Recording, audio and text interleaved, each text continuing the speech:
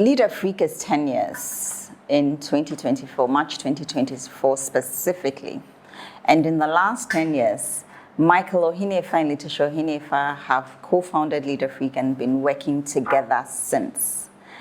As part of the process, we had actually started working together before Leader Freak, where we were consulting for other companies, etc. So in essence, we've done this we've worked together for over 15 years. And a number of people ask us, how do you do this consistently?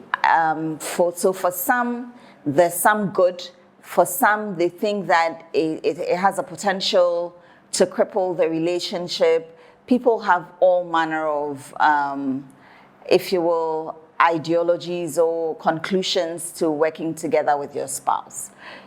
Today, we want to look at how have we done this together as a couple? How have we been able to manage the business? How do we work together and how do we make it work? Does it always work? What are some of the challenges that we have, practical challenges that we have, and how have we worked to resolve them? So we will share some of these knowledge with you, especially for those of you who want to work together, because we get so many people asking us, how do you do this? How do we make it work? Is there a particular line of work that we must do to make this happen? What must we do? So today, you're welcome to this video where we're going to delve into some of the practices or behaviors or processes and procedures that we have put in place to ensure that both the co-founders, and in our case as well, we are married couple. So there are co-founders who are not married couple, and their dynamics is a little different. But then there's also the founders who are married, and that dynamics is also different. As always, know that it will differ from every couple, but this is what we have learned, and we're going to share with you in over 15 years of doing this together. So you're welcome to the episode. If you haven't yet subscribed to Leader Freak TV, please do so right now. Even hit the notification button so that you never ever miss an episode. And when you come onto the platform, go to the playlist and choose from amongst the playlist that which, choose a video that will answer your most relevant need or question or thought at that time. We look forward to seeing you and engaging with you regularly. Michael, yes. It's you and I again. The battle is still the Lord's. In doing the intro, then I realized that even before we got married, we used to do this. We used to do some work together. Business Growth Clinic, where we would literally go out and consult for businesses and support them with their systems, their processes, some of the things that they need to do to make their business work better. And here we are, about 15 years down the line, or let's say 10 years down the line, we have actually run Leader Freak International as well. And we're growing, which means that there's something that we've done or are doing well, and we want to share that. It doesn't mean that there's anything that we do and do not do, like everything is kosher. There are things that we continue to learn to be better at consistently, and we'll share some of that with you today. So let's begin with, generally speaking, in Ghana, you hear people say, first and foremost, that entrepreneurship is, what's the word called? Entrepreneurship is a scam, yes, or that it's hard. Tough. Then working together with your spouse is also difficult. But there are also schools of thought who think that at least when the person understands the work that you do and you're having similar conversations, is easier. So again, it depends on the lens that you're wearing. Tell us a little bit about, where did Leader Freak come from? How did we get here, even to begin with, to have a company called Leader Freak? Because we rightly said we started from Business Growth Clinic. We've ended up with Leader Freak. How did we get here? Well, the passions for what we are doing today that we have formalized into a social enterprise called Lead Africa. Started way back, I think 1998, thereabout.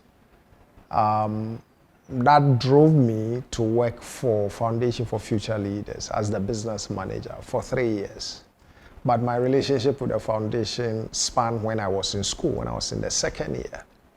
And so for close to about 6, 7, 8 years, I had opportunity to go to just about every tertiary campus in this country, opening chapters for the foundation, and then making sure that the chapter survived, thrived, had programs that helped to develop people. So I would say that was the seed. But then I left the foundation, went into international development work for about 12 years. But even whilst doing international development work, every day, the need to work with human beings, the need to make sure that human beings did the right thing kept surfacing. And so I kept asking myself, why shouldn't there be a program, a national program, even a continental program, that helps people to be great human beings? And so, and if you remember, the very first time I met you, that was the conversation about Africa's youth, how to get people to do the right thing, how to get people to own, to, their destinies, and to survive, and to thrive, and to succeed. Those were the conversations. And so in international development work, as I continue to ask myself the question, why are we not working on human beings? The need to do something about it surfaced. And so we started researching, and then the more we researched, the more we found that, actually there was a number of things that you can do to deliberately cultivate leadership skills in people. We tested the idea of how do you teach young people, and we wanted to do something different. Almost all the human development programs were being done at corporate level or at the tertiary level. And we said that no, by the time you reach tertiary, your habits are formed. Your values in life are almost set. Who you want to become, you have already become. So let's go down to primary school so we can start at the foundation stage. So that is what was unique about Lead Africa and our original concept of leadership skills in children. And I think we have reformed, revised, and fashioned that out into a number of different initiatives and interventions today. I think just to add to that also is the fact that talking about our very first meeting, what actually drew us to meet was the fact that I had also come home and was looking to set up a similar foundation called the Center for Youth and Development. So, which is what basically ties us together as our core, as the people as well, because then it drove us, we realized that we shared a lot more in common in terms of both the bigger picture, and then we had to work towards how do we make this happen.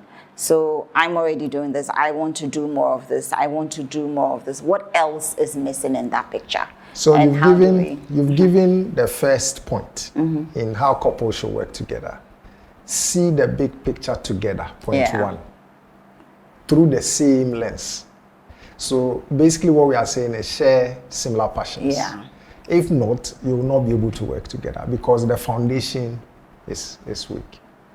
So from then that perspective is the why. So somebody will look at it from the lens of the why. That's right. So why do you want to work together?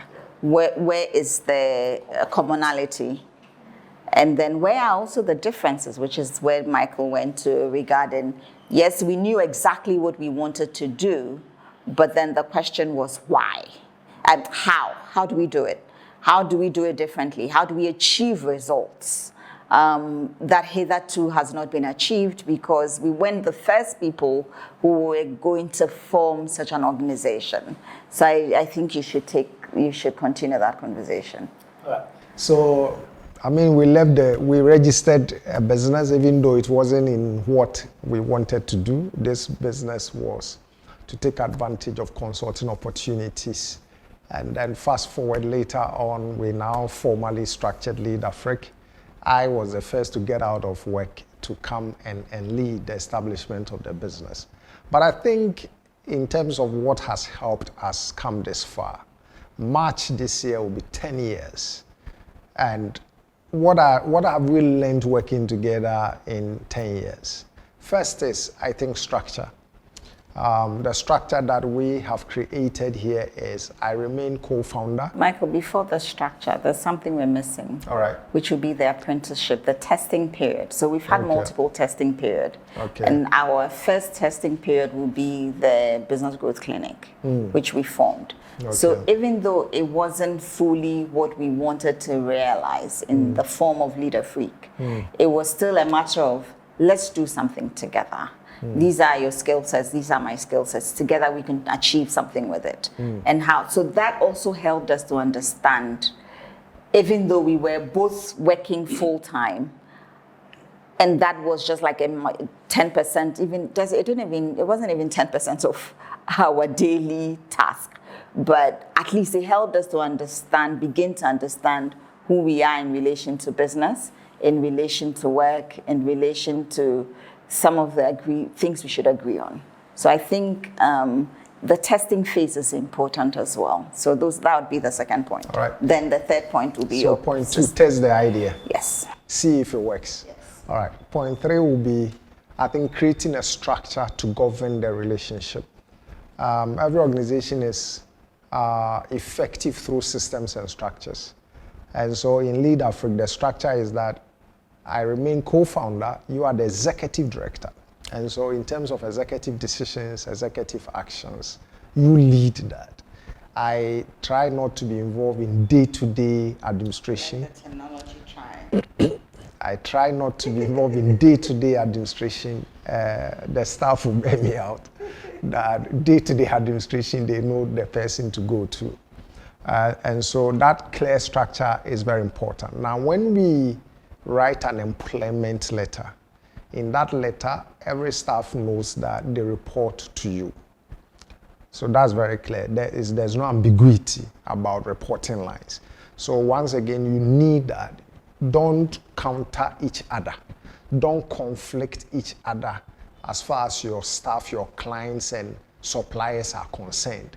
There must be a very clear distinction of the roles of the two of you when you are working together. So you don't confuse your staff, you don't confuse your clients, you don't confuse your vendors. That's very important. Then I think also try not to argue or conflict each other in front of external parties. So that will be point 4. Whatever differences you have, make sure you resolve it internally, backdoor, before that comes out in the open. Because the worst thing you can do to the business is when your external stakeholders know that there's a conflict.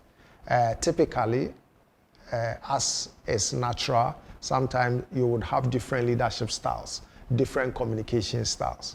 And so that may then breed conflict. But try and resolve conflicts privately and not publicly. Publicly, never counter each other, never conflict your statements with each other. Try as hard as you can to stomach whatever differences publicly and then deal with the differences privately. I think when you do that, people get the message that, look, I can't dribble these people. I can't, run around them. For me, this sounds good. So we've had 4 critical points, which is the fact that first and foremost, agree on the big picture. So why do you want to do what you want to do? What is it and why do you want to do it? And the why, drill down as much as possible so that you can arrive at that one thing that is going to hold you together. So and when all else fails, that's the one thing that continues to help you. Like, we've lost so much money since the inception of this business. And just this year, like a year ago, we lost the biggest amount of money we've ever lost. And yet we were still able to continue to move forward and become better because there was that one thing that we felt the need to do, that we had been called to do, and therefore it kept us going. The second thing is test the idea. It doesn't matter what you test this with. You can test it with as simple so that you're not, especially if it's capital intensive, test the idea with something that doesn't require a lot of capital. What are you trying to do? You're trying to get to understand each other better, how you work better, how you relate with customers, where you're best placed, your strengths, your weaknesses, your challenges. Do you have complementary skills? And if you do have complementary skills, where does it best fit and serve your audience much better? Then there's a third one, which is to have systems and structures. And that is absolutely critical. I think it's one area that, because we're both strong-headed in a way, that like we both know exactly what we want. Our why we don't disagree on, but the how we create differently. So in the process of creating differently, we disagree a lot on how to get things done. And therefore, if there are no systems in place to govern that, to guide that, but also to ensure that you're being able to feel vulnerable enough to share how you really truly feel and think, then there's a challenge. So you need to learn to put in some systems and structures. So Michael talked about reporting lines. He talked about being clear.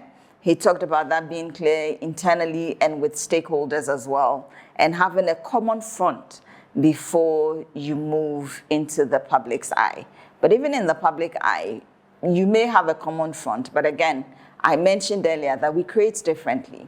So our why may be the same, but our how almost always differs. And in that process, there will be some level of conflict, but how you manage it within yourself and within the space that you find yourself in is very important. So those are some of the things that we have been able to do to keep the business going.